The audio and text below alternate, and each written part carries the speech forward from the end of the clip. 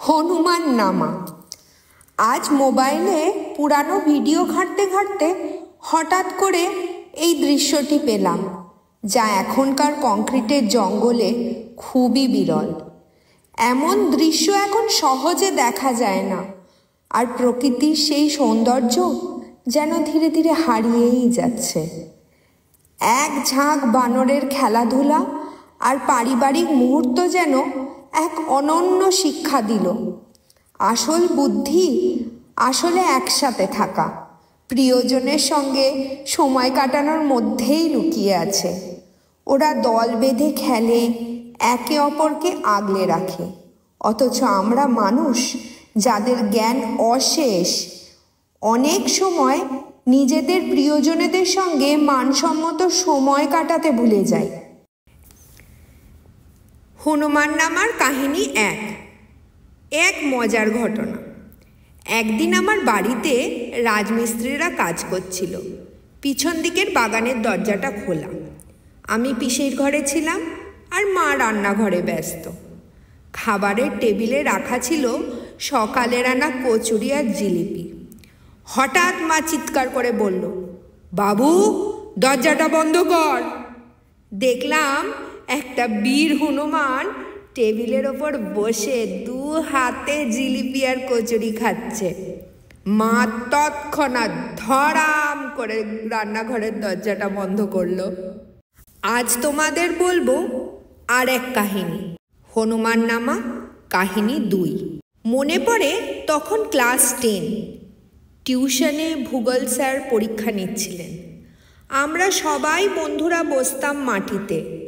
আমার জায়গাটা ছিল ঠিক জানলার ধারে। স্যার বসতেন একটা চেয়ারে। স্যারের চেয়ারটা সব সময় দুলতো, আর তাতে একটা বিকট আওয়াজ হতো, ক্যাঁচ কোঁচ করে। হঠাৎ করে সেদিন আওয়াজটা একদম থেমে গেল। একদম নীরবতা। আমরা সবাই মন দিয়ে পরীক্ষা লিখছি।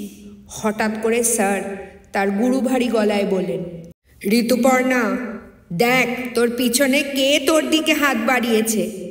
পিছনে তাকিয়ে দেখলাম এক প্রকাণ্ড হনুমান আমার মাথার কাছে হাত বাড়িয়েছে, যেন আমার চুলের মুঠিটা টান দেওয়ার জন্যেই প্রস্তুত।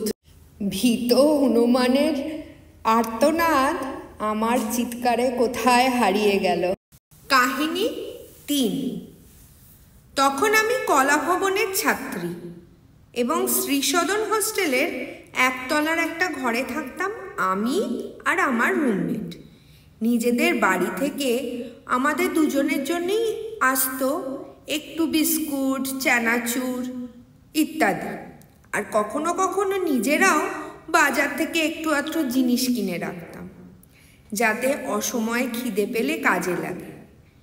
কিছুদিন পর থেকে লক্ষ্য করলাম আমার রুমমেট প্যাকেট বিস্কিট নিয়ে খেয়ে ফেলছে। আবার ও মনে মনে ভাবছে যে আমি গতকাল 2 প্যাকেট বিস্কিট রেখে দিলাম ডাব্বায়, আর ঋতু সব খেয়ে ফেললো। এইভাবে আমাদের মধ্যে একটু অভিমান চলছিল, কিন্তু আমরা কখনোই একে অন্যকে শেয়ার করিনি। তারপর একদিন যখন সেই বাঁধ ভাঙলো, ও বলল, তুই তো সব খেয়ে ফেলছিস, আমার জন্য একটুকু তো বাঁচিয়ে রাখতে পারতিস, বাড়ি থেকে এত কষ্ট করে পাঠানো।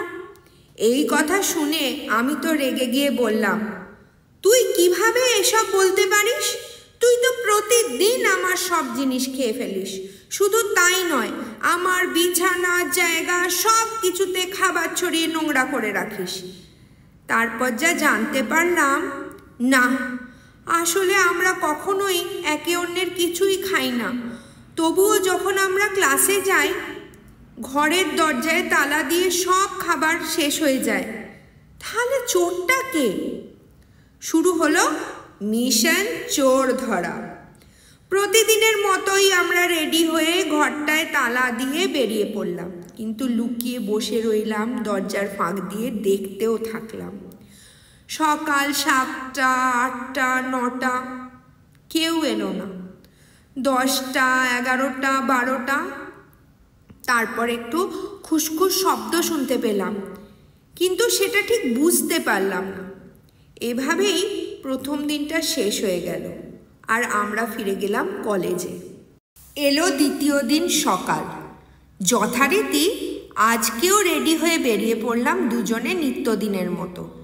কিন্তু সে গত দিনের মতোই আবার ঘাপটি মেরে বসে রইলাম আর বোঝার চেষ্টা করতে লাগলাম যাতে চোরকে হাতে নাতে ধরতে পারি। আজ যা দেখলাম আমাদের মাথা একদম ঘুরে গেল। আমাদের ঘরের জানলার গড়াত ছিল, মাঝখানে অনেকটা করে ফাঁক। একটা বড় হনুমান একটা বাচ্চা হনুমানকে সেই গড়াত দিয়ে গলিয়ে দেয়, আর সেই ছোট্ট হনুমান এসে আমাদের তাক থেকে বিস্কুট চানাচুর সব চুরি করে। আমাদের আর বুঝতে কিছুই বাকি রইল না।